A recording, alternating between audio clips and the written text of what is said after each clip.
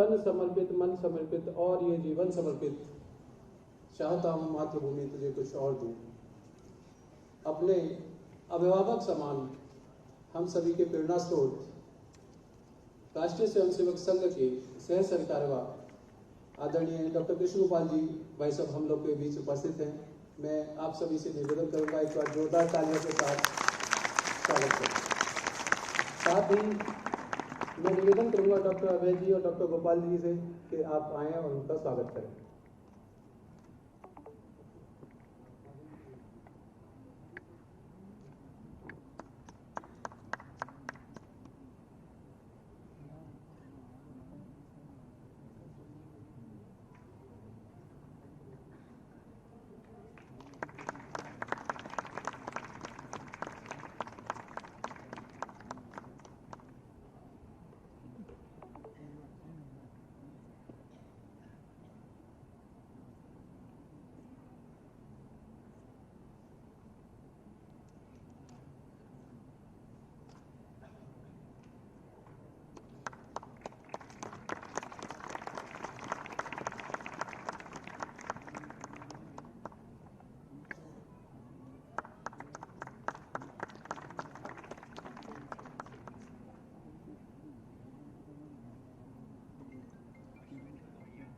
हमारे संस्थान जहाँ पे हमारा ये 43वां राष्ट्रीय अधिवेशन हो रहा है उसके संरक्षक के तौर पे हम लोग का सभी का संरक्षण कर रही प्रोफेसर मीनू सिंह जो एम्स ऋषिकेश की डायरेक्टर एंड CEO हैं। मैं निवेदन करूंगा अपने डॉक्टर मीनाक्षी दर मैम से और डॉक्टर अनुपमा मैम से कि उनका स्वागत करें।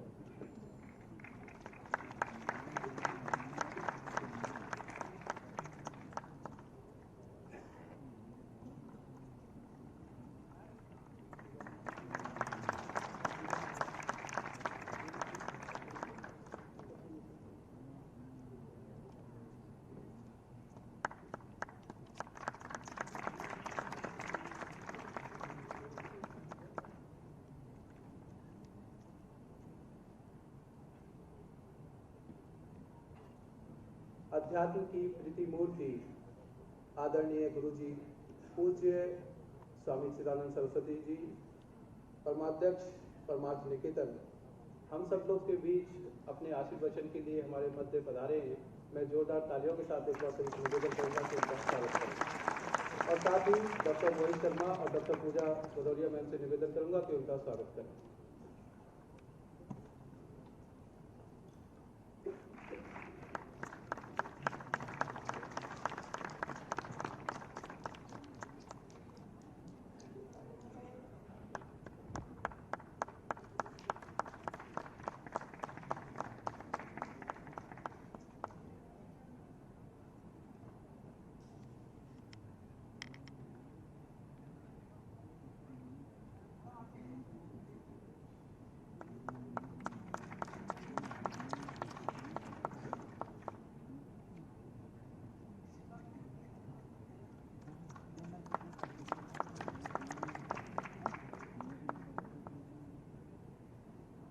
नेशनल मेडिकल ऑर्गेनाइजेशन के अखिल भारतीय अध्यक्ष डॉक्टर CB त्रिपाठी सर अपनी पूरी टीम के साथ जो यहाँ दिख रहे हैं सभी लोग उनके साथ यहाँ पे उपस्थित हैं, जो अन्य प्रदेशों से सभी लोग आए हैं।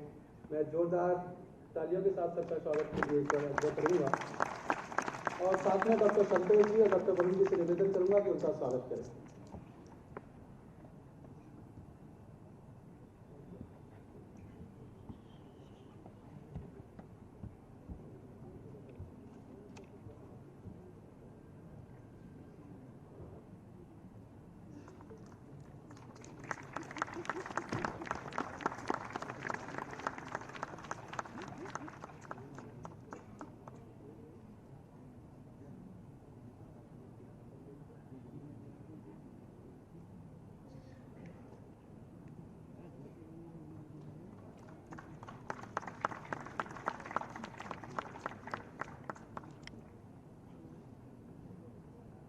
नेशनल मेडिकल ऑर्गेनाइजेशन के अखिल भारतीय सचिव डॉक्टर अश्विन टंडन सर के स्वागत के लिए मैं डॉक्टर कमलेश जी जो हमारी भोजन व्यवस्था देख रहे हैं उनसे निवेदन करूंगा और साथ में डॉक्टर मोहित जी से निवेदन करूंगा कि आए उनका स्वागत करें।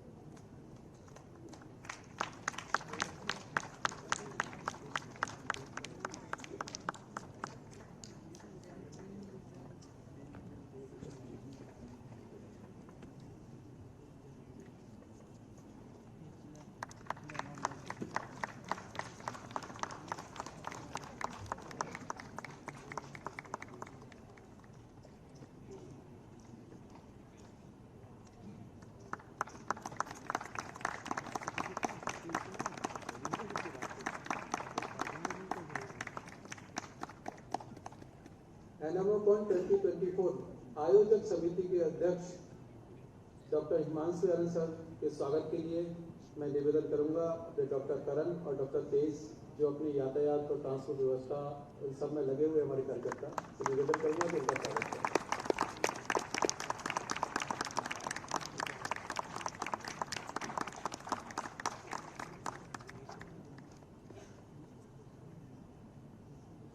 Doctor Vinod Kumar sir, organising secretary एनामोकॉन 2024 के स्वागत के लिए मैं निवेदन करूंगी डॉक्टर अनिकेत और डॉक्टर नमन से। जोरदार तालियों से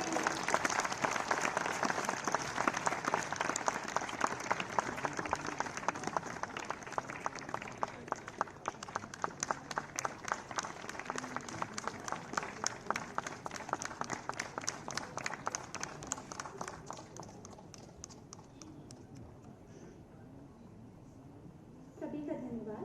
कार्यक्रम को आगे बढ़ाते हुए स्वागत भाषण के लिए मैं आमंत्रित करती हूँ professor doctor Neelu Singh ma'am, executive director AIIMS Rishikesh.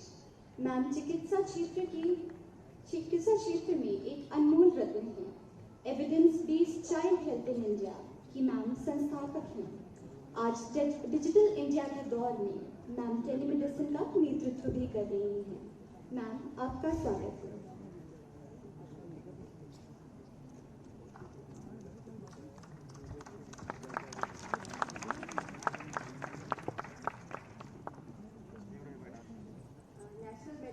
Organisation के 43वें वार्षिक अधिवेशन के मुख्य अतिथि और राज्य के लोकप्रिय मुख्यमंत्री श्री पुष्कर धामी जी, विशिष्ट अतिथि हमारे राज्य के वित्त मंत्री श्री प्रेमचंद अग्रवाल जी, हमारे ही राज्य के स्वास्थ्य मंत्री और हमारी इस कॉन्फ्रेंस के जिन्होंने हमें बहुत सपोर्ट किया है श्री घनश्याम रावत जी, हमारे विशिष्ट अतिथि श्रद्धेय स्वामी जी जो परमार्थ आश्रम के मुख्य हैं और हमें हमेशा आशीर्वाद देते हैं, राष्ट्रीय स्वयंसेवक संघ के सह संचालक भाई साहब जो हमारे हैं उनके लिए मैं हमें विशेष देश भर के विभिन्न मेडिकल कॉलेजों से आए वाइस चांसलर, प्रिंसिपल, फैकल्टी सदस्य और हमारे होनहार युवा डॉक्टर और एनएमओ के बहुत से सदस्य और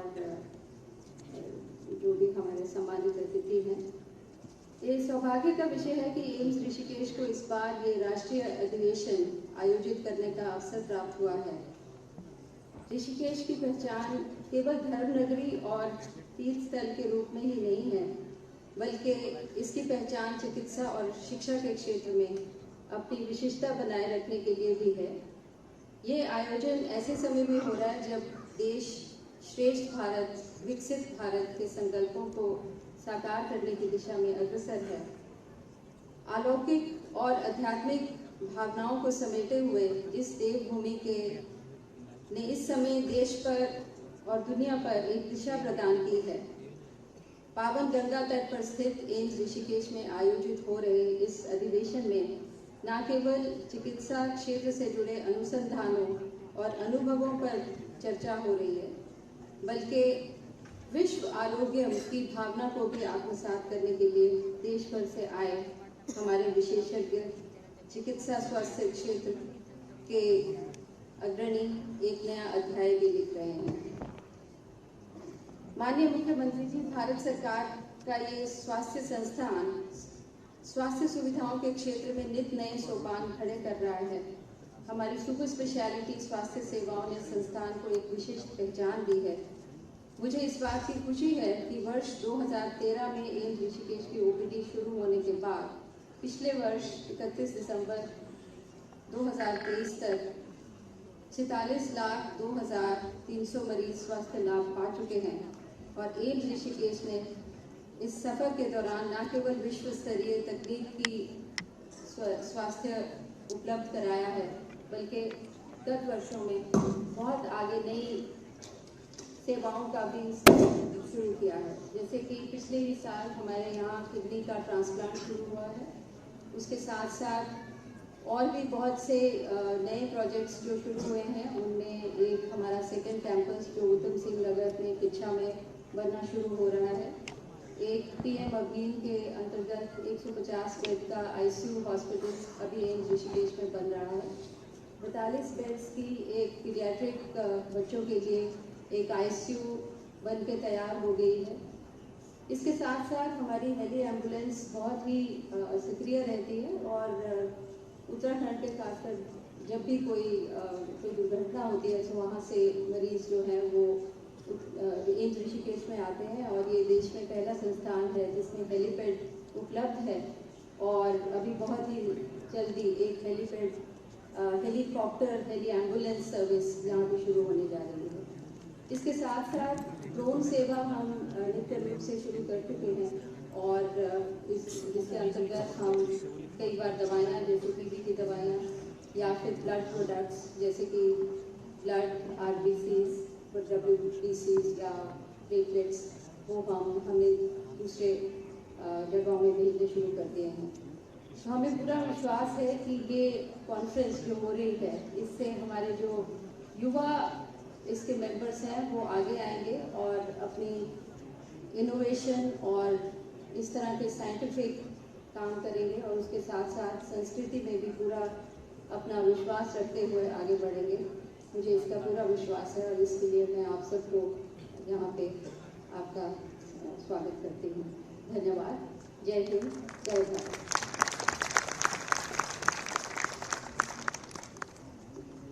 आपका बहुत बहुत धन्यवाद मैम। डॉक्टर आभाजी थट्टे ओरेशन का परिचय हमें बताने के लिए मैं निवेदन करती हूँ professor doctor Puneet Agarwal sir से, जो कि अखिल भारतीय संगठन मंत्री नेशनल मेडिकोज ऑर्गेनाइजेशन हैं। वर्तमान में सर तीर्थ राम शाह हॉस्पिटल में प्लास्टिक सर्जरी में वरिष्ठ सलाहकार हैं। NABH समिति के भी सर सदस्य हैं। सर आपका स्वागत है।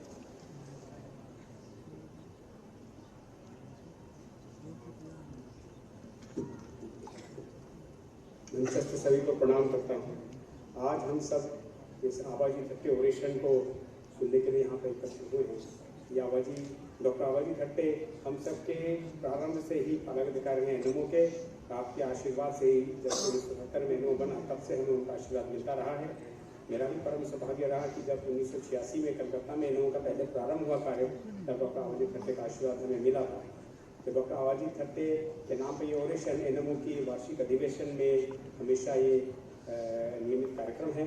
और आज हम सबका सौभाग्य है कि हम सबके माननीय सह कार्यवाह डॉक्टर कृष्ण गोपाल जी का उद्बोधन हमें इस ओरेशन के माध्यम से मिलेगा।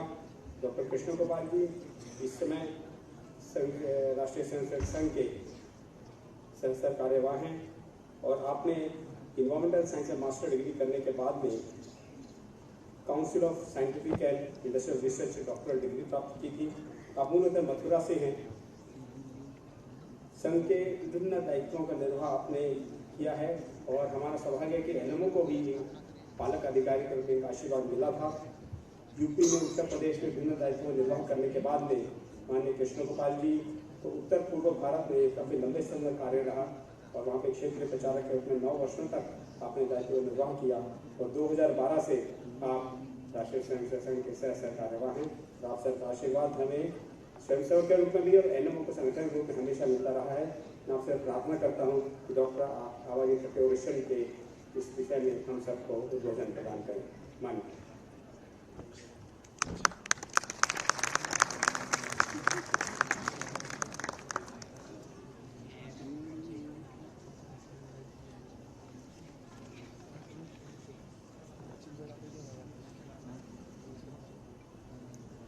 मंच पर विराजमान पूज्य स्वामी सदानंद जी महाराज, श्रीमान मुख्यमंत्री जी पुष्कर सिंह जी धामी, श्रीमान धन सिंह जी रावत, यहाँ हमारे इस विद्यालय की जो डायरेक्टर हैं डॉक्टर मीनू सिंह जी, सुखविंदर सिंह जी, डॉक्टर त्रिपाठी जी, श्रीमान अश्विनी जी टंडन, श्रीमान प्रेम जी अग्रवाल, सभागृह में उपस्थित देश भर से आए अलग अलग मेडिकल कॉलेजेस के प्रोफेसर्स लोग, वहाँ के विद्यार्थीगण और भी भिन्न भिन्न आयामों से जुड़े चिकित्सा क्षेत्र के आदरणीय बंधुओं और बहनों, नेशनल मेडिकल ऑर्गेनाइजेशन एक लंबी यात्रा करता हुआ आज अखिल भारतीय स्तर पर अपने एक बड़े स्वरूप के साथ खड़ा है। देश के लगभग सभी प्रांतों में और बहुत सारे मेडिकल कॉलेजेस में और मेडिकल कॉलेजेस के अलावा भी चिकित्सा जगत से जुड़े हजारों डॉक्टर्स के मध्य में एनएमओ काम कर रहा है। अपनी सुदीर्घ यात्रा में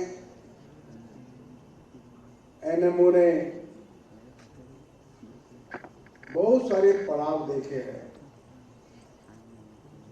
प्रारंभ से ही नेशनल मेडिकल ऑर्गेनाइजेशन का यह लक्ष्य रहा कि चिकित्सा जगत में जो मेडिकल कॉलेजेस है वहां पर विद्यार्थियों एवं प्राध्यापकों के मध्य कार्य करते हुए उनको सारे देश के संबंध में जागरूक करना। हमारा देश वर्तमान में कैसी परिस्थितियों में है और चिकित्सा क्षेत्र के लोगों की संवेदनाएं कैसी होनी चाहिए, देश की आवश्यकता क्या है, इस संबंध में जागरूकता और संवेदना ये बढ़ाने का काम हमारे एनएमओ के कार्यकर्ता करते हैं। पिछले वर्षों में सारे देश भर में इन विषयों को लेकर हजारों लोगों के मध्य जागरूकता लाने का काम भिन्न भिन्न प्रकार से हमारे एनएमओ के कार्यकर्ता करते आ रहे हैं। आज देश भी एक लंबे पड़ाव पर है।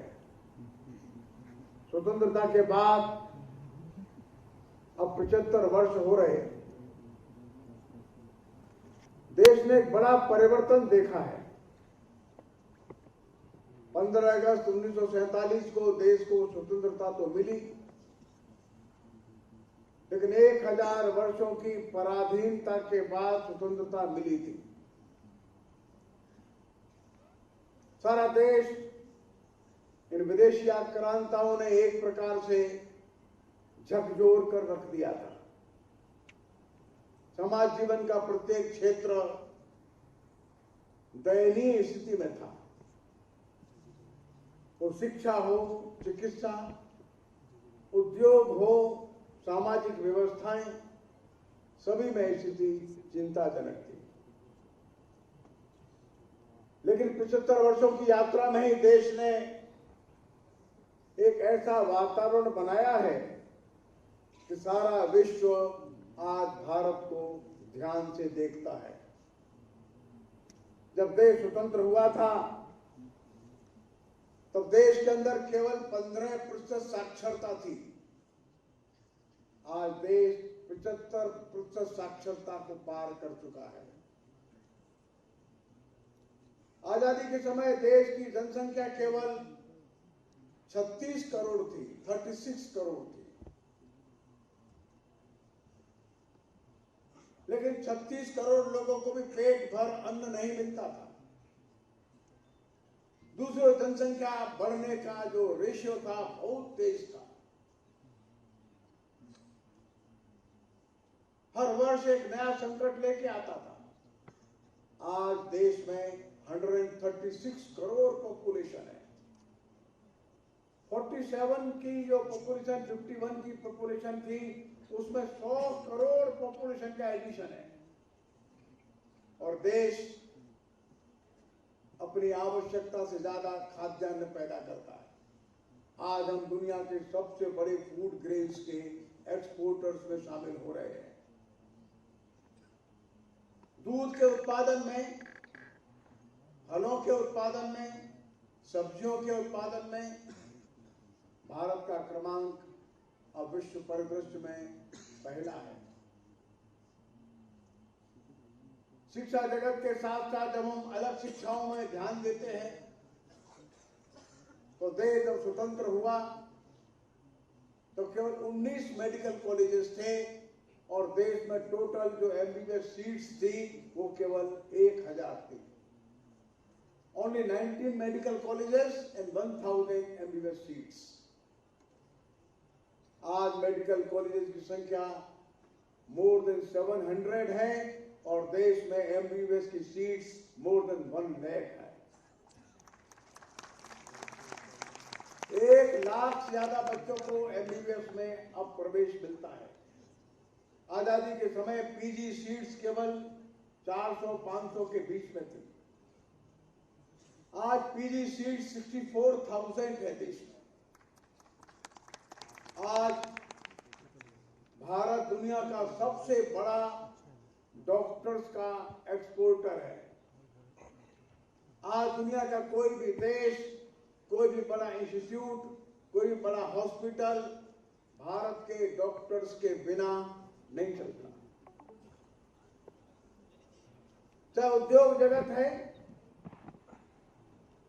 बड़ी इंडस्ट्रीज का मामला हो, स्पेस का मामला हो, मिलिट्री का सामान बनाने का विषय हो, आईटी और इलेक्ट्रॉनिक्स के इंजीनियर्स, टेक्नोक्रेट्स की बात हो, देश एक बड़ी ऊंचाई पर आ गया और देश लगभग 4 ट्रिलियन डॉलर की इकोनॉमी को पा रहा है। ये सारे दुनिया के सामने एक बड़ा एक सरप्राइजिंग है, चमत्कार है। जो देश 1947 में बाहर से खाद्यान्न मंगा करके पेट भरता था, जो देश अपने लिए डॉक्टर्स उतने पैदा नहीं कर पाता था, वो देश आज हर क्षेत्र में, हर फील्ड में आज हम हिम्मत के साथ खड़े हैं। सारी दुनिया में आज हमारी स्थिति बहुत भिन्न है। आज हम world class airports, world class highways, world class tunnels, overbridge, metro और व्हाट नॉट, हर चीज हम वर्ल्ड क्लास बनाने की स्थिति में आज हम है। एक राइजिंग इकोनॉमी है, एक राइजिंग इंटेलेक्चुअल फोर्स है, एक राइजिंग इंडियन जीनियस है।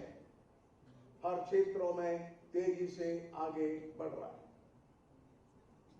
और ये हमारे लिए एक संतोष की बात हमको लगती है, आनंद की बात भी है। देखिए बंधुओं, ये एक दृश्य है। एक दूसरा दृश्य और है। इतना बड़ा देश जो है ये बहुत डाइवर्सिटीज वाला है, विविधताओं वाला है।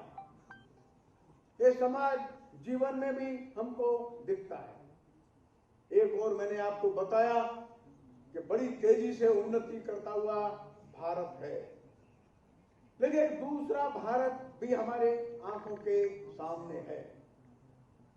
वो दृश्य कैसा है? आज देश में अगर टोटल हम महिलाओं की संख्या निकालें और ध्यान दें तो देश में 57% महिलाएं एनीमिक है, 57% महिलाएं रक्त की कमी अनुभव करती है। और भी खतरनाक बात यह है, हमारे जो बच्चे हैं जिनकी उम्र आयु जो है एक 4-5 वर्ष से नीचे है, उनमें ये नंबर और भी ज्यादा है। और 60% से भी ज्यादा बच्चे हमारे यहाँ ये माल न्यूट्रिशन का शिकार है। बड़ी मात्रा में बच्चे जो है वो स्टंटेड ग्रोथ से पीड़ित है। देश में जो ब्लाइंड लोग हैं, अंधे लोग हैं, नेत्रहीन है, इनका नंबर दुनिया में सबसे ज्यादा है। सारे दुनिया में जितने ब्लाइंड हैं उसमें से लगभग 39% ब्लाइंड हमारे यहाँ है। 1,30,00,000 से ज्यादा ब्लाइंड हमारे यहाँ, और ये नंबर हर साल लगभग 25-30 लाख बढ़ जाता है। ये खतरनाक प्रश्न है हमारी आंखों के सामने। 1,30,00,000 से ज्यादा ब्लाइंड है और ये नंबर कंटिन्यूअसली इंक्रीजिंग है। हमारे लिए बड़ी चिंता की बात है। हम डायबिटीज देखते हैं तो 10 करोड़ से ज्यादा लोग डायबिटिक है, और पिछले 2 साल के अंदर डायबिटिक पेशेंट जो है 3 करोड़ इसमें और ऐड हो गए। अब ये ग्रोथ ऐसा ही चलने वाला है। हर साल 1-1.5 करोड़ लोग एक डायबिटीज वाले खाने में चले जाते हैं। ओबेसिटी देखेंगे तो देश भर में जो ओबेसिटी है, ये लगभग 25-30 करोड़ लोग ओबेसिटी से परेशान है। अब एक और 57% महिलाएं एनीमिक है, और दूसरी ओर 25 से 30 करोड़ लोग ओवरवेट है। एक समस्या है। डायबिटीज की प्रॉब्लम बढ़ रही है, हाइपरटेंशन बढ़ रहा है, अचानक बच्चों की डेथ हो जाती है, पता नहीं लगता। वो 30-35 साल 40 साल का नौजवान है, एकदम अचानक डेथ हो जाती है। जो नए सिविलाइजेशन का जो परिणाम है वो तेजी से हमको देखने को मिल रहा है। नाना प्रकार की बीमारियां बहुत तेजी से बढ़ रही है। कैंसर का नंबर बढ़ रहा है, हाइपरटेंशन बढ़ रहा है, डिप्रेशन भी बढ़ रहा है। वर्तमान सिविलाइजेशन ने अनेक प्रकार की बीमारियों को जन्म दिया है, और ये बीमार लोगों की संख्या हर साल तेजी से बढ़ रही है। एक बड़ा भारी प्रश्नवाचक चिन्ह हमारी आंखों के सामने है। मैंने बताया एक और बड़ी संख्या में डॉक्टर्स बन रहे हैं, और वर्ल्ड के सबसे अच्छे डॉक्टर्स भारत प्रोड्यूस कर रहा है। अभी एक वर्ष पहले मैं नैरोबी में था। वहां पर 4 देशों के हमारे कार्यकर्ताओं का एक वर्ग था, शिविर था।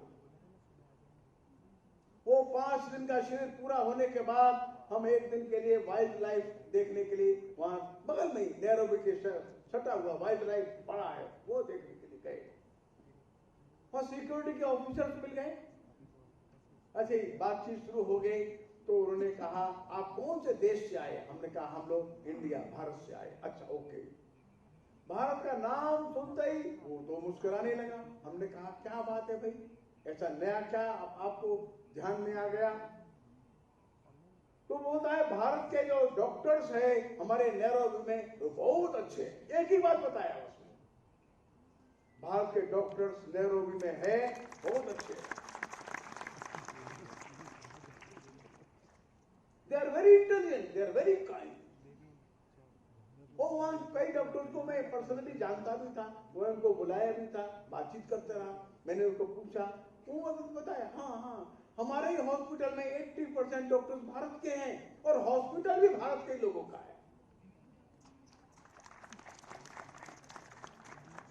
तो डॉक्टर्स की बड़ी प्रतिष्ठा सब जगह, अमेरिका है, चाहे कनाडा है, यूके है, जर्मनी है, फ्रांस है, चाहे वो गल्फ कंट्रीज है, चाहे नैरोबी केन्या है, साउथ अफ्रीका है, दुनिया का कोई सा भी देश है, भारत के डॉक्टर्स की प्रतिष्ठा बहुत अच्छी है। क्योंकि वे केवल डॉक्टर नहीं है, वे डॉक्टर के साथ साथ एक आध्यात्मिक, एक स्पिरिचुअल भाव लेकर के वहां पर चिकित्सा करते हैं। वो जिसकी चिकित्सा करते हैं उसे थोड़ा फ्रेंडली हो जाते हैं, जिसका इलाज करते हैं उसे चार बातें और पूछ लेते हैं।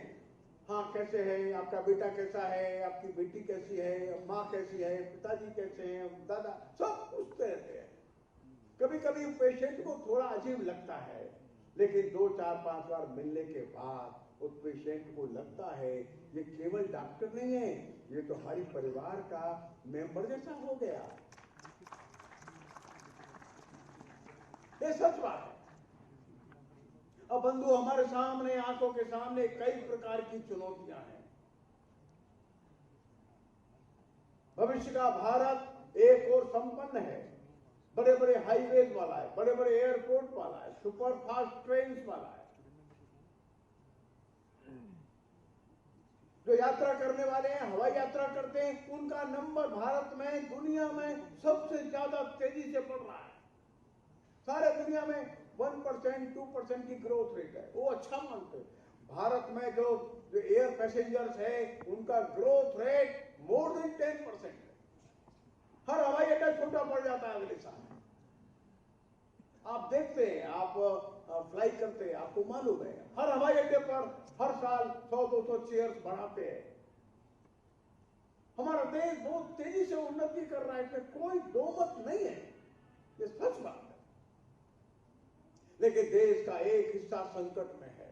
ये कभी नहीं हो सकता कि शरीर आधा मजबूत हो जाए और आधा शरीर कमजोर रहे। ऐसे आदमी को कहते हैं ये पैरालाइज्ड है।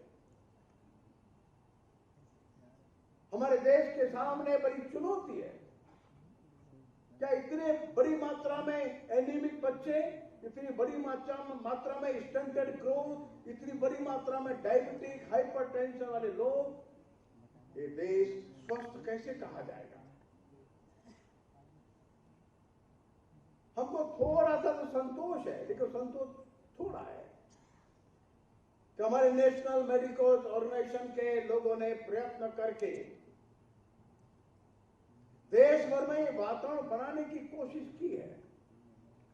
हम संख्या में कम नहीं है, लेकिन जिनको आवश्यकता है उनको चिकित्सा की सुविधा अच्छी मिल जाए। हॉस्पिटल्स हैं, लेकिन वहां डॉक्टर्स जैसे प्रामाणिक चाहिए वो कम पड़ जाते हैं। डॉक्टर्स हैं, लेकिन बगल में ही जो सेंटर है या बगल में जो कॉलोनी है, बगल में गांव है, बस्ती है, वहां की स्थिति कैसी है? बड़े बड़े एम्स है, बड़े बड़े हमारे और मेडिकल कॉलेजेस है, बिल्कुल उसके बगल में 1 किलोमीटर के दूरी पर वहां पर लोग बीमार हैं। कोई बड़ा मेडिकल कॉलेज है, 100, 150, 200, 250 फैकल्टी मेंबर्स है, बच्चे पीजी के हैं, बच्चे रेजिडेंट्स हैं, इंटर्न्स हैं। ये संख्या 400-500 तक है, लेकिन बगल की जो बस्ती है उसमें इलाज के लिए सुविधा नहीं है। But this is a paradox, ये विरोधाभास है। हम इसको कैसे दूर करें? क्या हर एक मेडिकल कॉलेज ऐसा नहीं कर सकता है कि एक बगल की बस्ती, कोई जो गरीब बस्ती है, एक बगल का कोई गांव, 2 गांव, उसकी होलिस्टिक हेल्थ की चिंता वो करे? उस गांव के, उस बस्ती के प्रत्येक व्यक्ति का हेल्थ कार्ड बनेगा, रेगुलर चेकअप होगा, हम काउंसलिंग भी करेंगे, हम ट्रीटमेंट भी करेंगे। कितनी बड़ी मात्रा में ओरल कैंसर हो रहा है, कितनी बड़ी मात्रा में बहनों को, महिलाओं को कैंसर हो रहा है। इलाज क्या है? उनको समझाने का काम, बताने का काम कौन करेगा? ये जिम्मेदारी कहीं न कहीं हमारी है, ये हमको करना होगा। पर एक बार हम करेंगे तो धीरे धीरे बड़ी मात्रा में हमारे साथ बहुत लोग आकर के मिल जाएंगे। 2004 में, ऐसा मेरे को ध्यान में आ रहा है, हम गुवाहाटी में थे, तो पूरे नॉर्थ ईस्ट में हम देखते थे बहुत दूर तक चिकित्सा की सुविधा नहीं थी। हमने एनएमओ के कार्यकर्ताओं को संपर्क किया, बातचीत की। एनएमयू के कार्यकर्ताओं ने एक धन्वंतरी सेवा यात्रा प्रारंभ की। 2004 में केवल 9 डॉक्टर गए थे। 2004 में केवल 9 डॉक्टर्स गए थे और वहां पूरे नॉर्थ ईस्ट में कोई भी डॉक्टर इनके साथ नहीं गया। कुछ स्टूडेंट साथ में गए बस। एक 6-7 जगह पर एक कैंप लगाने का काम किया। आज उस बात को 19 वर्ष हो गया है। 2004 से अब 19 वर्ष हो गए, लगभग 20वां वर्ष चल रहा है। केवल गुवाहाटी में एक टीम आती थी, वो धीरे धीरे बढ़ते बढ़ते वो गुवाहाटी में आते हैं, कुछ त्रिपुरा में आते हैं, कुछ मणिपुर में आते हैं, कुछ सिलचर में आते हैं। बाहर से आने वाले डॉक्टर्स और मेडिकल कॉलेज के स्टूडेंट, इनकी संख्या लगभग 300-400 हो गई। जहां एक भी व्यक्ति नहीं गया था। आज वहां के मेडिकल कॉलेज से जाने वाले लोगों की संख्या अब सैकड़ों में है। रोकना पड़ता है, नहीं अब हम व्यवस्था नहीं कर सकते। कम से कम 400 से ज्यादा बच्चे और प्रोफेसर डॉक्टर वहां से आगे जाते हैं। कुल मिलाकर के कम से कम 700-800 doctors, professor, residents, PG students फैल जाते हैं। सैकड़ों जगह कैंप लगाते हैं। नागालैंड का बॉर्डर, मिजोरम का बॉर्डर, अरुणाचल के बॉर्डर पर जाते हैं, मेघालय में जाते हैं, मणिपुर में जाते हैं। 6 दिन 7 दिन तक सेवा करके वापस लौटते हैं। ये काम एनएमओ ने प्रारंभ किया और देखते देखते केवल नॉर्थ ईस्ट नहीं, कश्मीर में भी जाते हैं। अनंतनाग, बारामूला, सोपोर वहां जाते हैं। राजस्थान में पाकिस्तान का बॉर्डर है, वहां जाते हैं। बिहार वाले कहीं और जाते हैं, बंगाल वाले कहीं और जाते हैं। अब पक्का मेरे को ध्यान में नहीं है, पूरा संख्या मैं नहीं बता सकता, लेकिन कम से कम मेरे को ऐसा लगता है 1000 डॉक्टर्स और स्टूडेंट्स इन यात्राओं में जाते हैं। और इससे भी ज्यादा लोग वहां के लोकल जुड़ जाते हैं। अभी अभी लखनऊ में थोड़े दिन पहले नेपाल के बॉर्डर पर गए थे, लगभग 350-400 डॉक्टर्स गए थे। दूर दूर दूर दूर गांव फैल गए। लोग को आश्चर्य लगने लगा। शुरुआत तो काशी हिंदू विश्वविद्यालय के डॉक्टर्स ने की थी 2004 में। उसके पहले भी 1995, 96, 97 में छोटी छोटी यात्राएं निकालते थे। लेकिन देखते देखते समाज को लगा ये काम अच्छा है, समाज को लगा ये काम आवश्यक है, वो शुरू कर दिया। अर्थात कोई भी एक अच्छा काम अगर शुरू किया जाएगा तो समाज के लोग उसको अच्छा मान करके उसमें सहयोग करने के लिए तैयार बैठे हैं। ये अपने को ध्यान में रखना है। समाज में अच्छे लोगों की कमी नहीं है, बशर्ते अच्छे लोग वहां उस काम को प्रारंभ कर दें। बस एनएमओ के कार्यकर्ताओं को इसको प्रारंभ करना है। जिनके मन में आ जाए ये देश का दृश्य हम बदल देंगे, उनको शुरुआत करनी है। अपना एग्जाम्पल सामने रखकर इसको बदल देना है। आप देखेंगे देखते देखते अनेक लोग आपकी आंखों के सामने आपके काम के साथ साथ जुड़ जाएंगे। आज से अनेक वर्ष पहले हमारे औरंगाबाद में अशोक कुकड़े जी ने 1966 में एमएस पूरा किया। 1966 पूना मेडिकल कॉलेज से एमएस किया और गोल्ड मेडलिस्ट थे उस समय के लिए।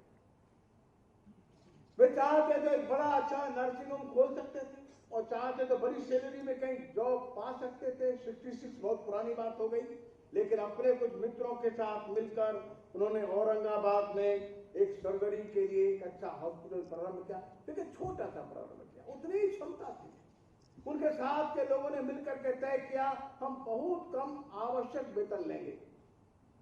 आज वो अस्पताल बड़ा हो गया, सैकड़ों डॉक्टर्स को इंस्पिरेशन देने वाला हो गया।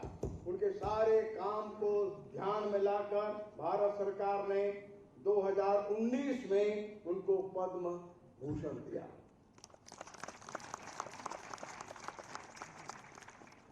वे यहां भी आए थे।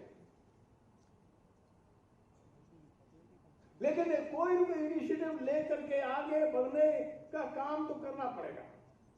नागपुर में हमारे बड़े संघ के कार्यकर्ता थे, उनका नाम था माधव गोविंद वैद्य, माधव वैद्य।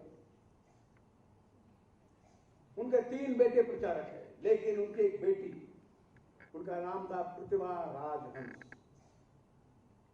उस प्रतिभा राजहंस ने 1976 में अपना एमएस किया गायनी में।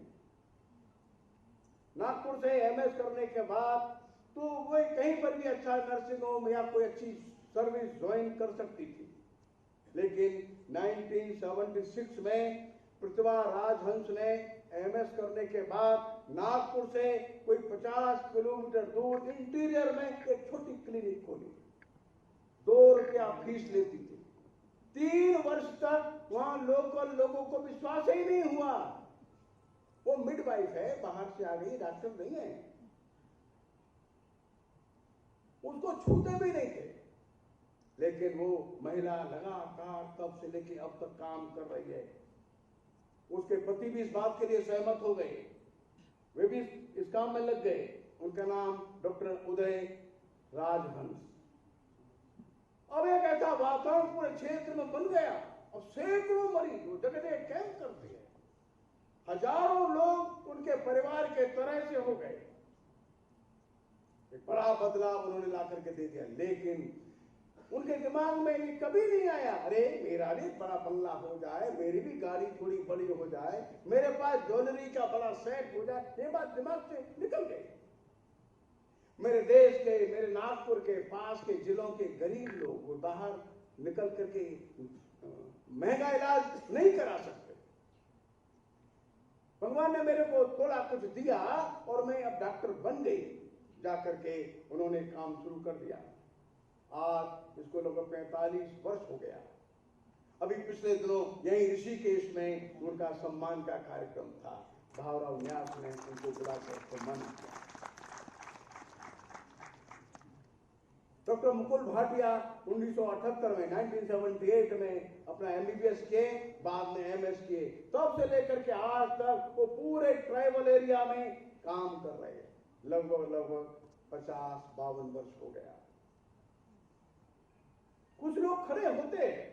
यही अपने उत्तराखंड में 2012 में डॉक्टर नित्यानंद जी ने बात किया। डॉक्टर अनुज सिंघल यहाँ कहीं बैठे हुए, उनको बुला के बात किया।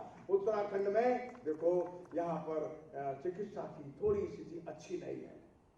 तुम डॉक्टर हो, तुम यहाँ के लिए कुछ काम कर सकते हो।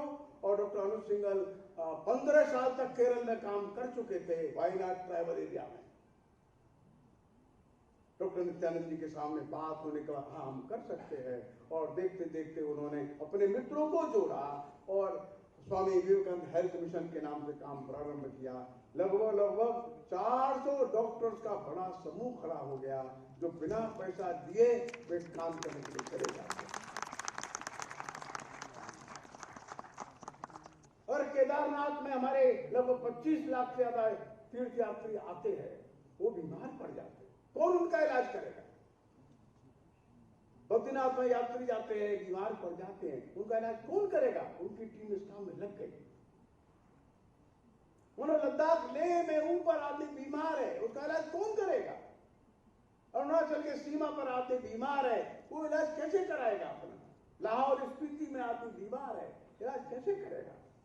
एक और बगल की बस्ती में गरीब है और दूसरी ओर भारत की सीमा पर बैठा है व्यक्ति, वो 10,000 रुपया टैक्सी में खर्च नहीं कर सकता।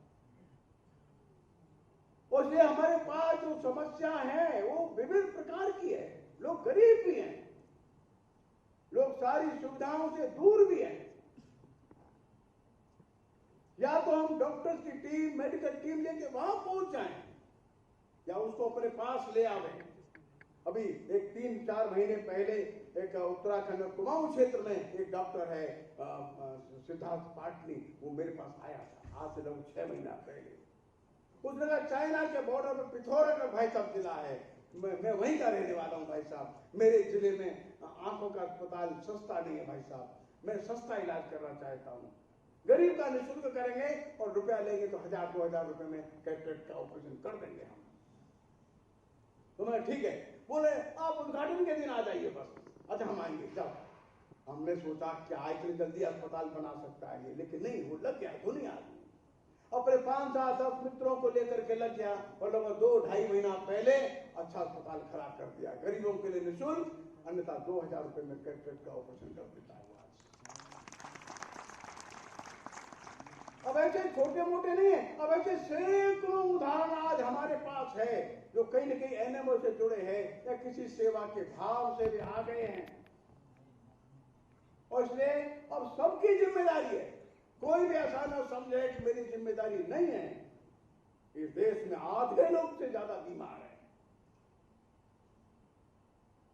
हमारी एसपीएचएम की टीम ने दिल्ली में एक कॉलोनी अडॉप्ट किया, करोल बाग के पास छोटा अस्पताल, लेकिन उन्होंने कहा इस कॉलोनी का पूरा स्वास्थ्य हम बदल देंगे। हर बच्चे से लेकर बूढ़े तक का health card, regular checking, counselling. शुरू के 3 महीने तो डॉक्टर जाता था, वो तो सुनने को भी तैयार नहीं, भगा देते। लेकिन धीरे धीरे 1-1.5-2 वर्ष के अंदर उन्होंने साधन बना लिया। 4000 लोगों का हेल्थ कार्ड बना रहे, एक ग्रुप बनाकर उनका काउंसलिंग शुरू कर रहे। कितनों को टीबी है, कितनों को ओरल प्रॉब्लम है, कितनों को डायबिटीज है, और सब तरह की प्रॉब्लम निकाल कर काउंसलिंग कर। क्या हम एक बस्ती का स्वास्थ्य अच्छा कर सकते हैं? बड़े बड़े इंस्टीट्यूट है, एक बस्ती को पूरा ले लो। केवल कैंप बनाना ये काम नहीं है। कैंप तो इनिशियल बात है, प्राथमिक बात है। इस सारे देश की समस्याओं को समाधान करने के लिए जिसके पास जो रास्ता है उस रास्ते से चल पड़ो। 2019 में प्रयाग में कुंभ लगा। उस कुंभ के अंदर हमारे एएनएमओ के कार्यकर्ता, सेवा भारती के कार्यकर्ता सब ने मिलकर के नेत्र कुंभ लगा दिया। 20 संस्थाओं को एक मंच पर वे ले आए। तो प्रारंभ किया। बहुत लोगों को अरे आप कहां कुंभ में नेत्र कुंभ की बात करते हैं, लोग स्नान करके जाते हैं, कौन यहाँ आंख दिखाएगा अपने? अरे करके देखते हैं। आपको आश्चर्य होगा, 2 लाख लोगों का आंख चेक किया, 1,56,000 लोगों को चश्मा दे दिए थे।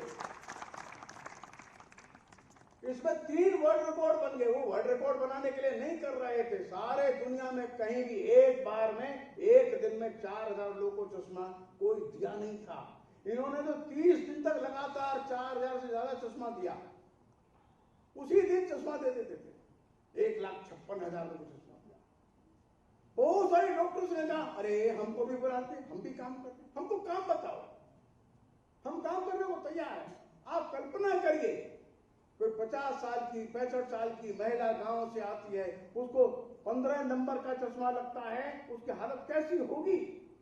वो गेहूं साफ करती है, वो दाल साफ करती है, सुई में धागा डालती है, नहीं कर पाती। चश्मा लगने के बाद उसका चेहरा खिल जाता है। एक दिन मैं उस नेत्र कुंभ में था, तो एक डॉक्टर कहीं से आई थी, बालिका लड़की, लेडी डॉक्टर थी, कम उम्र की थी, 30-32 साल। सुबह से लेकर शाम तक पेशेंट को देख रही थी। हमने उसको पूछा बेटा तुम इतना 10-11 घंटे से बैठे हो, तुमको थकान तो हो जाती होगी? बोले हाँ अंकल थकान तो हो जाती है। फिर क्या करते हो तुम? फिर मैं वहां जाती हूँ जहां पर चश्मा बट रहा है।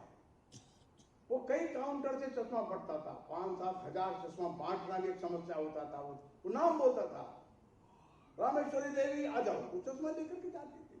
वो लड़की मेरे को बोलती है डॉक्टर अंकल जी हम वहां जाके खड़े हो जाते हैं, तो जिनको चश्मा मिल जाता है, ऐसे बूढ़े बूढ़े लोग बहुत है, पहली बार चश्मा मिला है इनको, कभी चश्मा मिला ही नहीं। तो मैं 1-2 बूढ़ी महिला को पकड़ लेती हूँ, अम्मा जी दादी जी हाँ चश्मा मिल गया, हाँ लगा के दिखाओ। तो वो चश्मा लगा के तो पूछते हैं अम्मा जी हम कैसे लग रहे हैं आपको? तो बूढ़ी महिला हंसने लगते, बेटा तू बहुत अच्छी लग रही है मेरे को। अभी लड़की मेरे को बोलती है डॉक्टर अंकल जी जब हम 2-3-4 लोगों को ऐसा प्रसन्न देखते हैं हमारी सारी थकान मिट जाती है।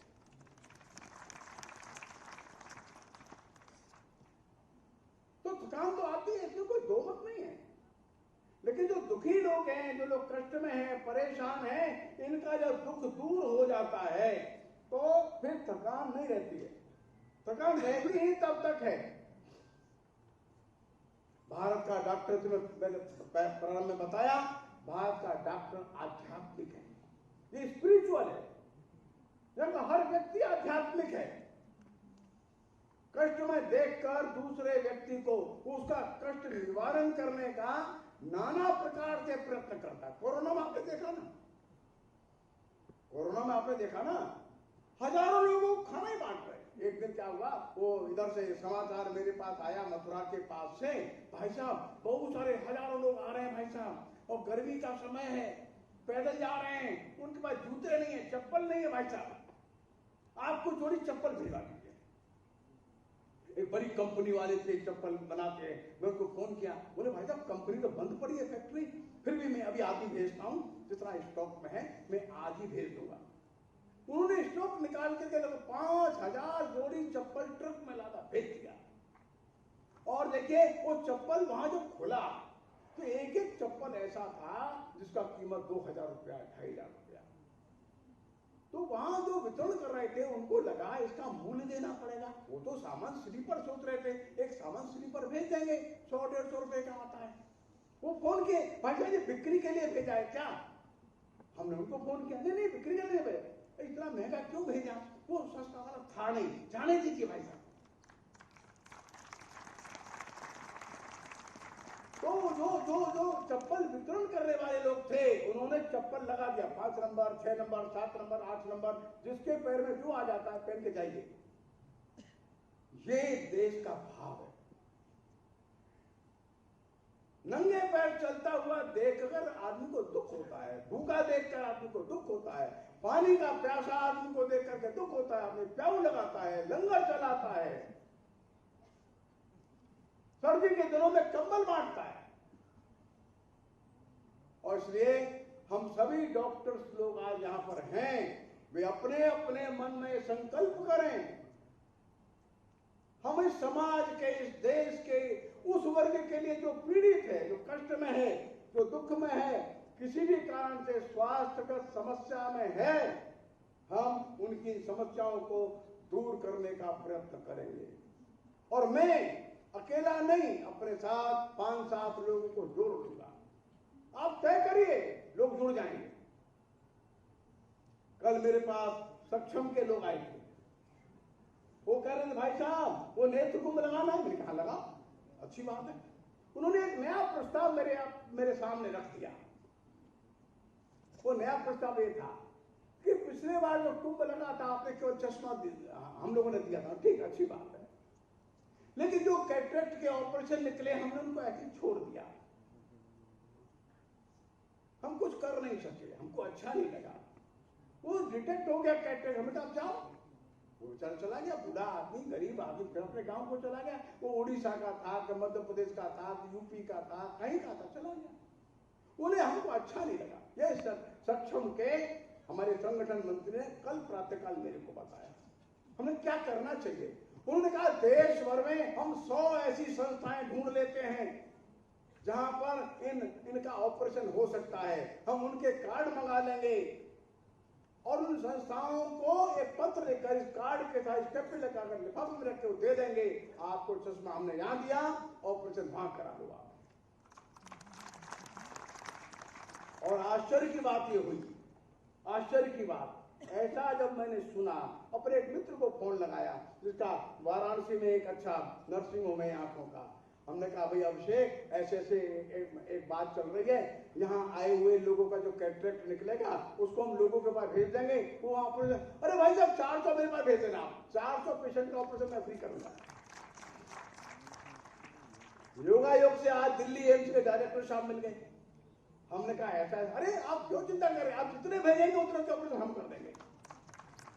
ये देखिए, ये है समाज में हमारे अच्छे काम के लिए खड़े होने वाले लोग। हमने जितनों से बात करी, अभी एक ही दिन बीता है, कम से कम 20 लोगों से मैंने बात किया, सबने कहा हमारे कितने भेजेंगे हमको बता दीजिए, हम ऑपरेशन करेंगे। अच्छे काम के लिए खड़े होने वाले लोग चाहिए। पिछले केदारनाथ बद्रीनाथ का कपाट खुलने वाला था, वहां के हॉस्पिटल के लिए डॉक्टर्स थोड़ा अच्छे और मिल जाएं, थोड़ा बात की, कौन आ सकता है। आपको 38 डॉक्टर्स वहां जाकर के काम किए। वो गए केदारनाथ बद्रीनाथ, कोई 10 दिन रुका, 15 दिन रुका, कोई किराया भाड़ा भी किसी ने नहीं लिया, आकर के आ गए। इस बार फिर कपाट खोलेंगे, चारों धाम के लिए फिर डॉक्टर चाहिए जो स्वस्थ है फिजिकली एंड मेंटली बोथ, जो शराब नहीं पीते, तंबाकू नहीं खाते, नॉन वेज से भी दूर है। ऐसे डॉक्टर्स अगर अप्लाई करेंगे तो आपको केदारनाथ बद्रीनाथ में सेवा का अवसर मिल सकता है। और जो कुंभ के बाद जो कैटेट डिटेक्ट होगा, उसके बाद अगर पेशेंट भेजे जाएंगे तो आप देश भर से ऐसे इंस्टीट्यूट का लिस्ट बनाइए जहां पेशेंट भेजे जा सकें। देश भर के पेशेंट होंगे, ये उड़ीसा के भी होंगे, वो बंगाल के भी होंगे। तो हमारा देश बहुत ताकतवर है, बहुत सामर्थ्यवान है, लेकिन बस खड़े होने भर की जरूरत है। मैंने बताया 36 करोड़ को अन्न नहीं था, कल 1000 मेडिकल के डॉक्टर थे। आज देश कहां से कहां पहुंच गया। हम देश के स्वास्थ्य को एक नई दिशा दे सकते हैं, हर एक व्यक्ति को स्वस्थ बना सकते हैं। हमारे देश में क्षमता है। हमारे देश में दुनिया का सबसे ज्यादा दूध का प्रोडक्शन होता है, ध्यान रखिए। दुनिया की सबसे ज्यादा फल और सब्जी हमारे यहां पैदा होती है, और वहां कुपोषण है, माल न्यूट्रिशन है। तो इसलिए ये समस्याएं बढ़ेंगी, अभी घटेंगी नहीं। डायबिटीज बढ़ने वाली है, ओबेसिटी बढ़ने वाली है। ये ठीक हो जाए, ये न बढ़े, एक स्वस्थ भारत खड़ा हो, ये हमारी जिम्मेदारी है। ये संकल्प यहां से लेकर के हम जाएं, अपने संकल्प के साथ 5-7 मित्रों को जोड़ लें। तो मैं पक्का बता रहा हूं, आपके संकल्प को सहारा देने के लिए सैकड़ों लोग और खड़े हो जाएंगे। हे भगवान, हे परमात्मा, हमको अच्छे संकल्प को पूरा करने का सामर्थ्य दो। हम पवित्र गंगा के तट पर बैठे हैं। वैदिक ऋषि कहता है, मेरे संकल्प को पूरा करने के लिए हे शिव, तू शक्ति दे दे, सामर्थ्य दे दे। तन्मे मनः शिव संकल्प मस्तु। मेरा संकल्प ये शिव संकल्प में बदल जाए, तब हम सारे देश के स्वास्थ्य को ऐसा कर देंगे जो विश्व में प्रस्तुत करने के लायक होगा। एनएमओ के हमारे सभी बंधु, प्राध्यापक गण, विद्यार्थी गण, सभी से मेरी ये विनम्र प्रार्थना है। हम भारत माता की जय बोलते हैं। भारत माता का एक भी बालक, एक भी महिला, एक भी व्यक्ति जब तक निरोगी नहीं हो जाता, स्वस्थ नहीं हो जाता, तब तक मेरा काम अधूरा रहता है। हम संकल्प लेकर के जाएं और इस संकल्प की पूर्ति के लिए लग जाएं। मैं विनम्रता पूर्वक आप सभी को नमस्कार करता हूं। प्रणाम।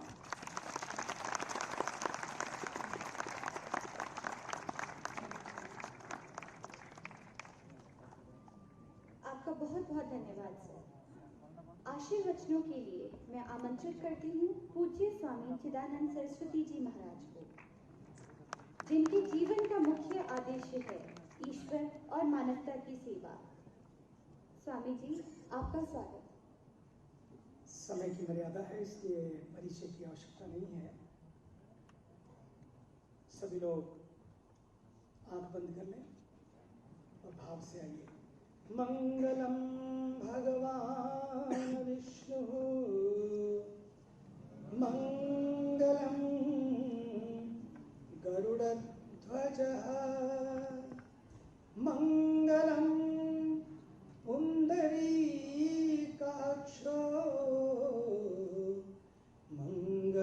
मंगलाय तनु हरिः।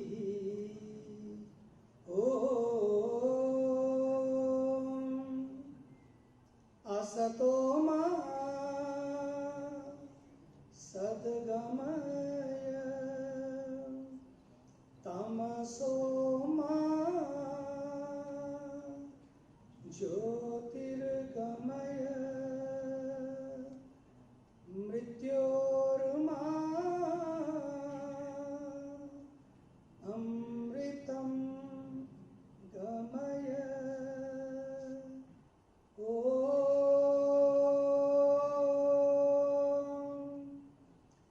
शांति शांति।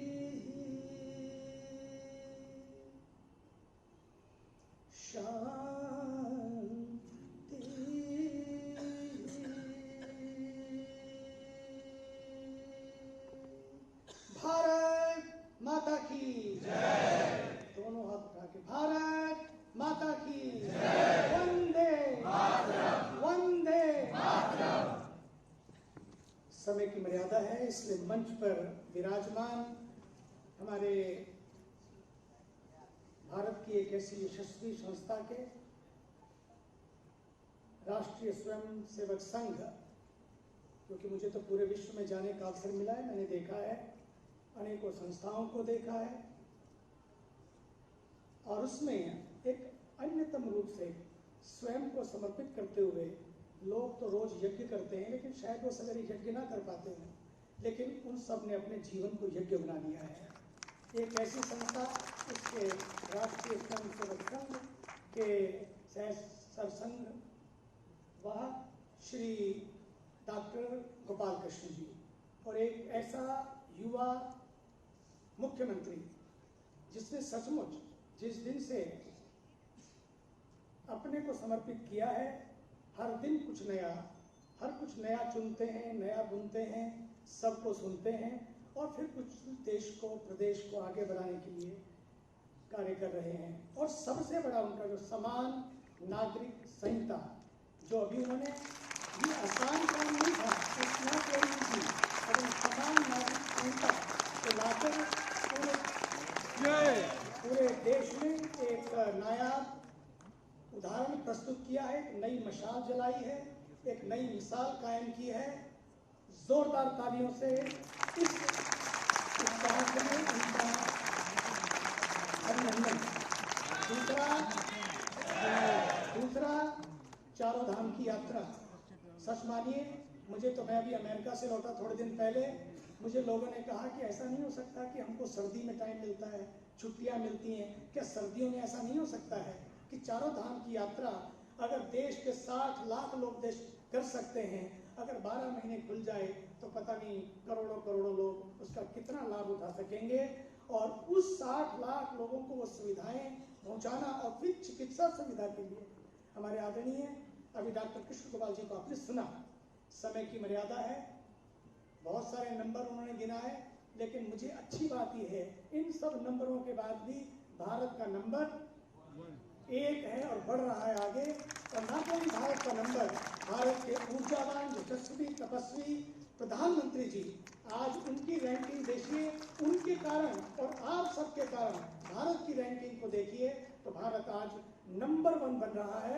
इसलिए नहीं कि भारत को नंबर 1 बनना है, बल्कि इसलिए कि उसको विश्व को नंबर 1 बनाना है, क्योंकि भारत अपने लिए नहीं, सबके लिए सांस लेता है। बहुत सारी बातें मन में हैं। हम तो कल दिन में मैं आपके साथ था, वहाँ परमार्थ निकेतन में एक सेशन हो चुका है, कल शाम की आरती में भी हम लोगों ने आनंद लिया।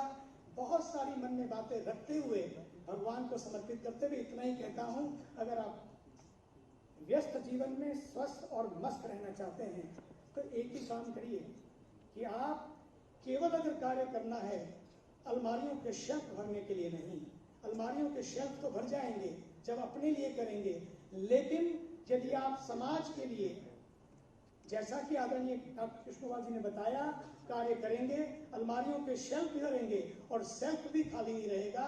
जीवन शेल्फ और सेल्फ दोनों भरें, इसी का नाम है भारत माता की। तो समय की मर्यादा, आदरणीय मुख्यमंत्री जी को 5:30 बजे से पहले टेक ऑफ भी लेना है, नहीं तो दिक्कत होगी, इसलिए सबका अभिनंदन करते हुए उत्तराखंड की धरती पर धन्यवाद। आपका आशीर्वाद सदा हमारे ऊपर बना रहे। अब मैं आग्रह करती हूँ डॉक्टर धन सिंह रावत जी से,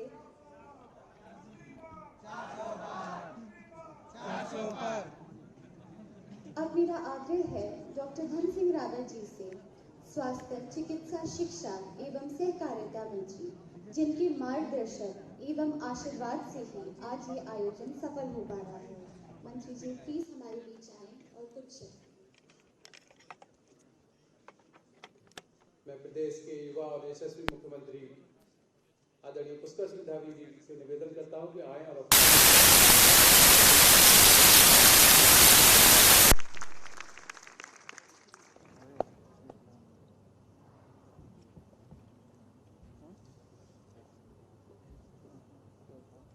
भारत माता की जय, भारत माता की जय। नेशनल फूड ऑर्गेनाइजेशन के 47वें राष्ट्रीय अधिवेशन में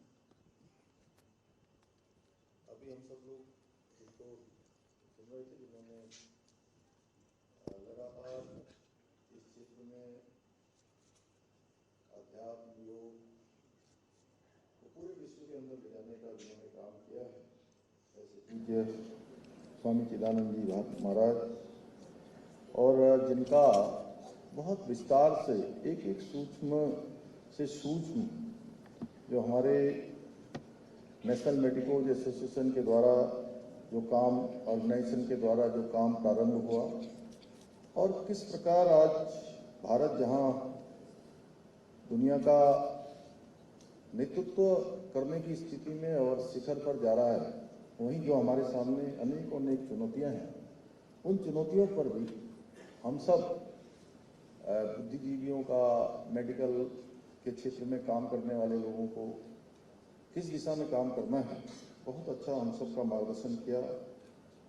राष्ट्रीय स्वयंसेवक संघ के सह सरकारवाह आदरणीय डॉक्टर कृष्ण गोपाल जी, मंचासीन उत्तराखंड सरकार में मेरे सहयोगी वित्त मंत्री आदरणीय डॉक्टर प्रेम चंद्र अग्रवाल जी, स्वास्थ्य मंत्री आदरणीय डॉक्टर धन सिंह रावत जी, निदेशक AIIMS professor Meenu Singh ji, BC Tripathi ji, doctor Ashwini Tandon ji, doctor Himanshu एरन जी, डॉक्टर विनोद कुमार सिंह जी, सामने बैठे हुए आदरणीय सुधीर राष्ट्रीय संगठन मंत्री, राष्ट्रीय सेवा भारती, डॉक्टर संजय कुमार जी पद्मश्री, डॉक्टर जयन जी, डॉक्टर रीता सिन्हा जी,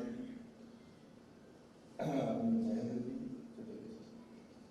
एवं हमारे अध्यक्ष यहाँ श्री रविंदर जी एवं आए सभी हमारे सभी देश भर से अनेक स्थानों से, अनेक संस्थानों से, शिक्षा चिकित्सा के क्षेत्र में काम करने वाले, स्वास्थ्य के क्षेत्र में काम करने वाले हमारे सभी वैज्ञानिक, बड़े प्रोफेसर, वैज्ञानिक, डॉक्टर और नवोदित और उदयमान शिक्षार्थी, मेडिकल के क्षेत्र में, अन्य क्षेत्रों में काम करने वाले, और बहुत सारी सेवाएं हैं जो देश को प्रदान करने वाले आए हुए सभी मेरे भाइयों एवं बहनों, मैं सबसे पहले तो एनएमओ के इस राष्ट्रीय अधिवेशन में आप सभी पर देवभूमि उत्तराखंड में अपनी ओर से, उत्तराखंड की जनता की ओर से आप सबका स्वागत करता हूँ, आप सबका अभिनंदन करता हूँ।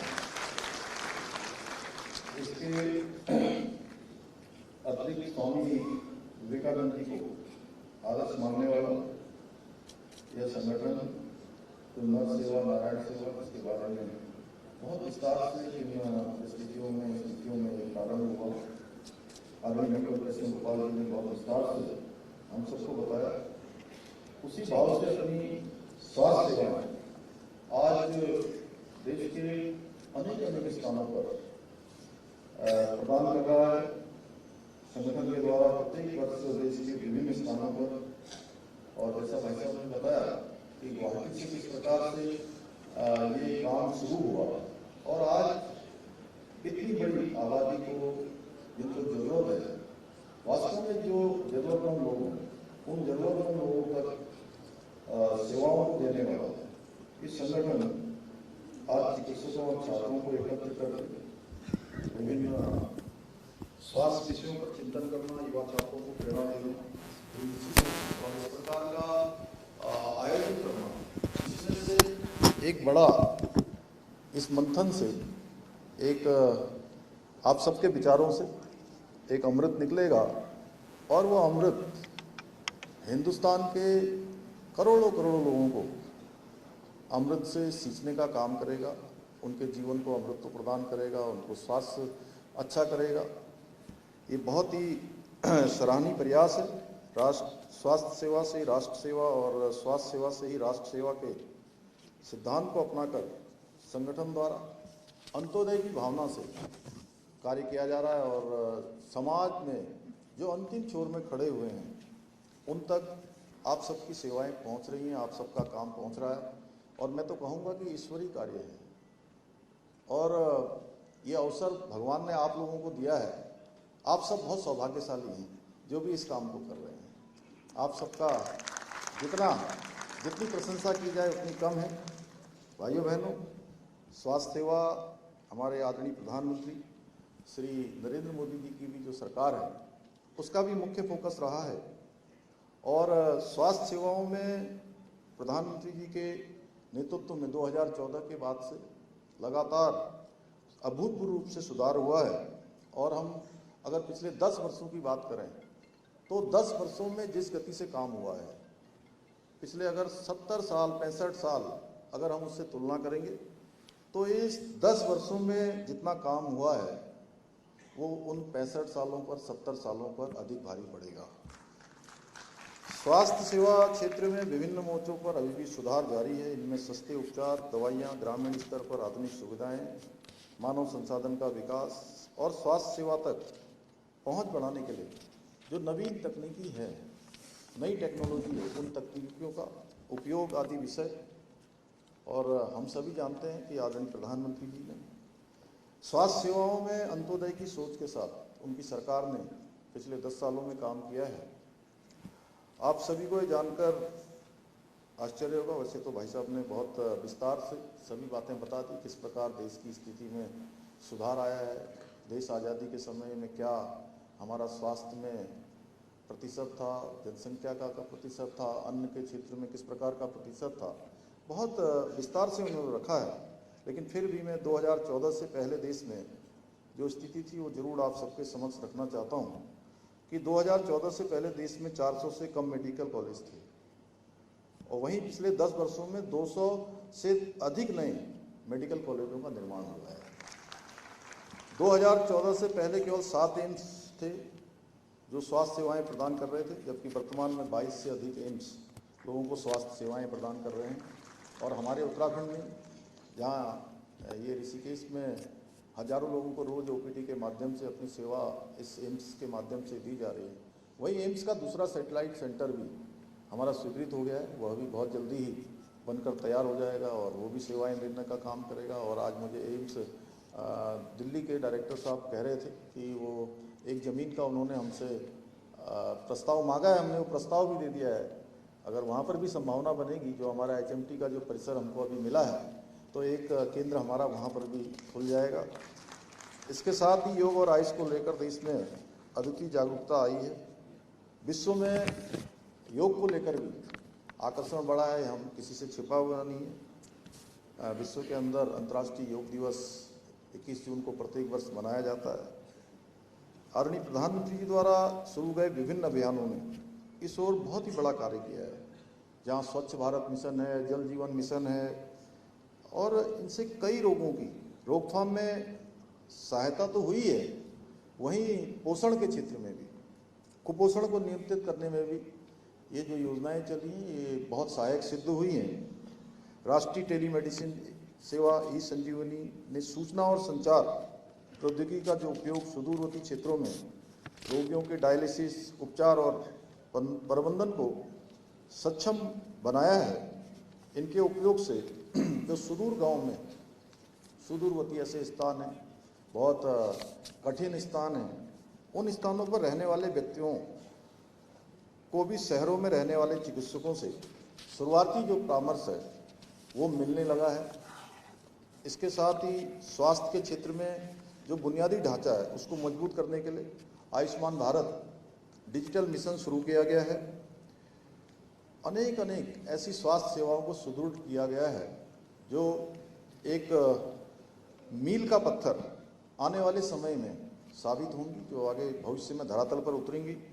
भाइयों बहनों, स्वास्थ्य के क्षेत्र में लाभार्थियों तक सुविधाओं को पहुंचाने के लिए केंद्र व राज्य सरकार के परस्पर समन्वय से अनेक कार्यों का सफल संपादन किया जा रहा है, उनको आगे बढ़ाया जा रहा है। अनेक योजनाओं को आगे के लिए प्रस्तावित किया गया है, क्योंकि हमारे राज्य में, उत्तराखंड में बहुत शिक्षा और चिकित्सा दो बहुत महत्वपूर्ण पहलू हैं जो प्रत्येक जन तक मिले।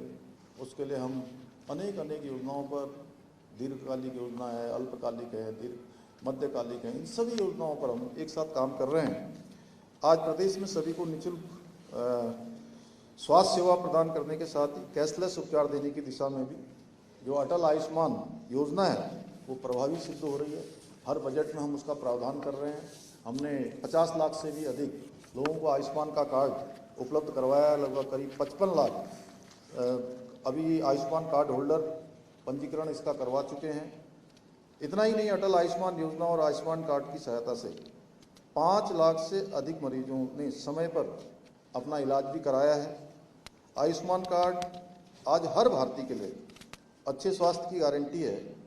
भारत में कहीं भी आपका स्वास्थ्य खराब हो, अस्पताल में जाकर ये कार्ड दिखाकर 5 लाख रुपए तक का इलाज निःशुल्क कराया जा सकता है। ये आज़ाद भारत के अंदर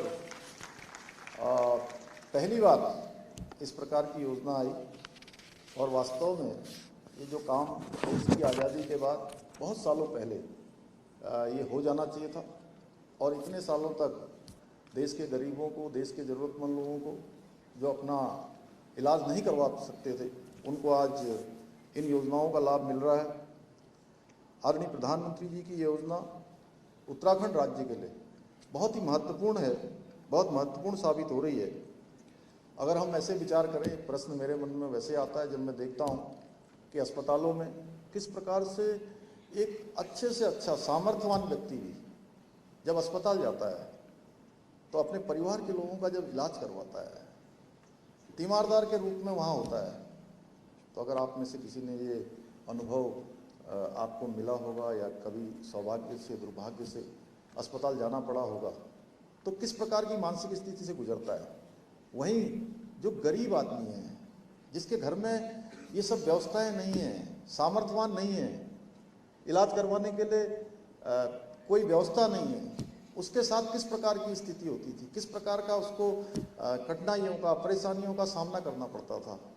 ये बहुत कठिन होता है, क्योंकि मैंने भी अपने पूज्य पिताजी का 4.5 महीने दिल्ली में रहकर अस्पताल में मैंने उनका इलाज करवाया। तो मैं आपको बताऊं कि वो स्थिति को मैं भली भांति महसूस करता हूं। जब भी मेरे पास कोई भी इस प्रकार के व्यक्ति आते हैं इलाज के संबंध में, तो मैं अपना वो कालखंड भी मुझे याद आ जाता है कि कितनी कठिन परिस्थिति होती है। इसलिए हमारे राज्य में ये आयुष्मान योजना ने एक करिश्माई रूप से लोगों के जीवन को बदलने का काम करा है। साथ ही प्रदेश में हमने जच्चा बच्चा की सुरक्षा के लिए प्रदेश सरकार कई योजनाएं चला रही है। गर्भवती महिलाओं के लिए जननी सुरक्षा योजना के अंतर्गत मातृ एवं शिशु दर में कमी लाने का इस योजना ने काम किया जा रहा है। वहीं इंद्रधनुष योजना के तहत बच्चों का टीकाकरण किया जा रहा है। मधुमेह, रक्त उपचार, स्तन कैंसर या मुंह के कैंसर की निःशुल्क जांच तथा स्क्रीनिंग के लिए हेल्थ एंड वेलनेस सेंटर संचालित किए जा रहे हैं। इनके माध्यम से आज जनमानस को उनके क्षेत्रों में लाभ प्रदान करने के लिए जन आरोग्य अभियान एक कदम स्वस्थ जीवन की ओर, इसका भी आयोजन किया जा रहा है। भाइयों बहनों, जैसा हम सब जानते हैं, भारत विश्व का सर्वाधिक टीबी से प्रभावित देश है। राष्ट्रीय क्षय उन्मूलन का उद्देश्य क्षय रोगियों को टीबी से मुक्त करना है। इसके लिए भारत को क्षय मुक्त बनाने के लिए 2025 का लक्ष्य रखा गया है। हमने उत्तराखंड में देवभूमि में इसको 1 साल पहले, इसी साल का 2024 तक का हमने लक्ष्य तय करके इसको धरातल पर उतारने के लिए कार्य किया जा रहा है। और इसके लिए हमने 6 रोगियों के गोद लेने की व्यवस्था भी की है। उसमें ऊपर से लेकर नीचे तक अनेक 6 रोगियों को इस प्रकार से भी उनको इलाज देने का काम हो रहा है। हम सभी जानते हैं कोरोना महामारी के दौरान आदरणीय प्रधानमंत्री जी के नेतृत्व में संपूर्ण भारत ने पूरे दुनिया का नेतृत्व किया। किस प्रकार से लोगों ने आगे आकर काम किया। और मैं कभी कभी सोचता हूँ कि जब दुनिया के बड़े बड़े देश कोरोना महामारी में अव्यवस्थित हो गए, उनकी अर्थव्यवस्था भी चरमरा गई और हमारी अर्थव्यवस्था 11वें नंबर से 5वें नंबर की हो गई और 5वें नंबर से हम कुछ ही सालों में 3रे नंबर की हो जाएंगे। कोरोना महामारी को भी व्यवस्थित किया, पूरी दुनिया को वैक्सीन देने का भी काम किया, 80 लाख लोगों को, 80 करोड़ लोगों को निःशुल्क अन्न देने का काम भी हो रहा है। जहां देश आज़ादी के समय 36 करोड़ लोगों को अन्न नहीं मिल पाता था, आज 80 करोड़ लोगों को भारत की सरकार हमारे प्रधानमंत्री जी के नेतृत्व में अन्न देने का काम कर रही है। भारत दुनिया के अनेक क्षेत्रों में आगे बढ़ रहा है। तो इसके पीछे ऐसे लोगों का भी योगदान है। जैसे भाई साहब ने बताया चप्पल, किस प्रकार से वहाँ पर महामारी के समय में भी लोगों ने आगे बढ़ चढ़ कर भाग लिया। ये हम सब लोगों के जीवन में कुछ न कुछ इस प्रकार की प्रेरणा देता है कि हम भी परमार्थ के लिए काम करें, हम भी समाज के लिए काम करें, हम भी देश के लिए काम करें, और सब मिलकर जो है, जो हमारा विकसित भारत का संकल्प है, उस विकसित भारत के संकल्प को पूरा करने के लिए हम सब आगे बढ़ें। भाइयों बहनों, आज अनेकों अभियान जो आज देश के अंदर चल रहे हैं, उस हर अभियान का लाभ अंतिम छोर में जो खड़ा व्यक्ति है उसको मिल रहा है। इसलिए हमने भी उत्तराखंड को, चूँकि आप देश भर से आए हैं, देवभूमि में पधारे हैं, तो हमारा संकल्प विकल्प रहित संकल्प है। इस विकल्प रहित संकल्प की प्राप्ति के लिए हम हमारे प्रधानमंत्री आदरणीय मोदी जी के नेतृत्व में, उनके मार्गदर्शन में काम कर रहे हैं और धरातल पर अनेक योजनाओं को उतार रहे हैं। मैं चर्चा करूं तो बहुत लंबा हो जाएगा, क्योंकि स्वास्थ्य के क्षेत्र में आप सबके द्वारा भी लगातार यहाँ पर आने वाले देश दुनिया के लोगों का लगातार स्वास्थ्य के क्षेत्र में अनेकों प्रकार की सेवाएं आप सब दे रहे हैं, जिसका कोई एक मैं कहूँ कि बहुत बड़ा मतलब आंकड़ा हमारे पास नहीं है, लेकिन आंकड़ों के अतिरिक्त भी बहुत सारा ऐसा काम है जो ईश्वर जानता है कि आप सब दे रहे हैं, और ईश्वर के द्वारा निश्चित रूप से आपको कहीं ना कहीं उसका आशीर्वाद भी मिलेगा, भगवान की कृपा भी होगी जो लोग इस क्षेत्र में काम कर रहे हैं। हमारा पूरा विश्वास है कि आप सभी के सहयोग से हम स्वस्थ, समृद्ध, सशक्त उत्तराखंड का निर्माण करने में अवश्य सफल होंगे। एक बार फिर से मैं पुनः एनएमओ के सभी आए हुए हमारे सदस्यों को, पदाधिकारियों को, स्वास्थ्य अधिकारियों को और यहाँ के कार्मिकों को, जिन्होंने इस आयोजन को बहुत ही भव्य बनाया है, बहुत शानदार आयोजन किया है, मैं सबको धन्यवाद देते हुए और इसके सफल आयोजन की आप सबको शुभकामनाएं देते हुए अपनी बात को समाप्त करता हूँ। बहुत बहुत धन्यवाद।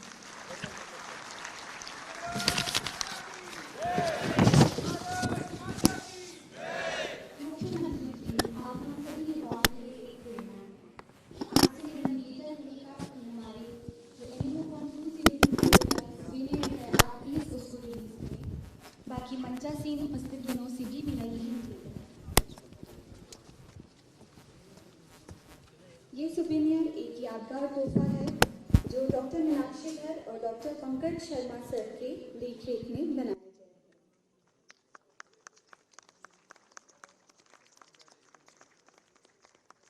इसके पश्चात मेरा निवेदन है कि हमारे संगठन की जो जर्नल है, एनएमओ कॉन जर्नल, उसको भी रिलीज